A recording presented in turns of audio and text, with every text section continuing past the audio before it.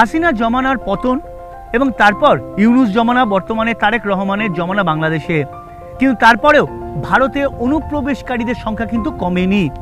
BSF সূত্রে খবর যে প্রায় 13,000-এর কাছাকাছি এই বাংলাদেশি অনুপ্রবেশকারীদের ইতিমধ্যেই বাংলাদেশের ভূখণ্ডে অথবা পুশব্যাক করা হয়েছে, কারণ তারা ভারতের বিভিন্ন অংশে লুকিয়েছিল বা বিভিন্ন অংশে নাম ভারিয়ে কাজ করছিল।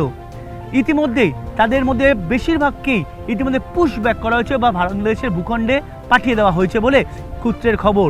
স্বরাষ্ট্র মন্ত্রণালয়ের কাছে ইতিমধ্যে রিপোর্ট পাঠানো হয়েছে যে প্রায় 13,000-এর কাছাকাছি বাংলাদেশি অনুপ্রবেশকারীকে তাদের দেশে ফেরত পাঠানো হয়েছে, কিন্তু এখনও ব্যাপক পরিমাণে অনুপ্রবেশকারী ভারতের বিভিন্ন অংশে লুকিয়ে রয়েছে অথবা সীমান্তে অপেক্ষা করছে বাংলাদেশের ভূখণ্ডে পাঠানোর জন্য।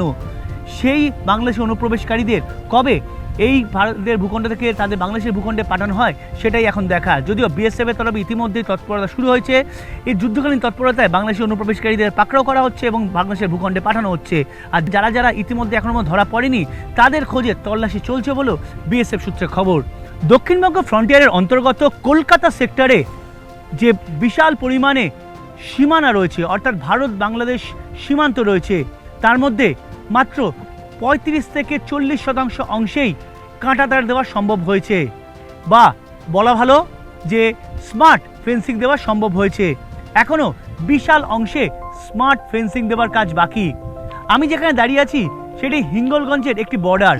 আমি আমার সহকর্মী মাখন পাত্রকে বলবো দেখানোর জন্য এই যে টোটাল অংশ বা উত্তর চব্বিশ পরগনার বিশাল অংশ রয়েছে, যার পরিমাণ প্রায় 258 কিলোমিটার, দক্ষিণ চব্বিশ পরগনার কিছু অংশ এবং উত্তর চব্বিশ পরগনার পুরোটা অংশ, সেখানে মাত্র 40% অংশেই এই স্মার্ট ফেন্সিং দেওয়া সম্ভব হয়েছে।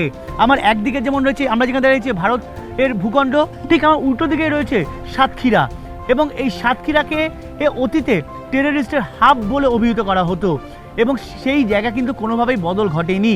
অর্থাৎ কোথাও না কোথাও এই স্মার্ট ফেন্সিং অবশ্যই প্রয়োজন, কিন্তু এখনও পর্যন্ত শুধুমাত্র মালদা ও মুর্শিদাবাদ ছাড়া এই স্মার্ট ফেন্সিং দেওয়া কোথাও তেমনভাবে অগ্রগতি পায়নি বলে ইতিমধ্যে বিএসএফ সূত্রের খবর।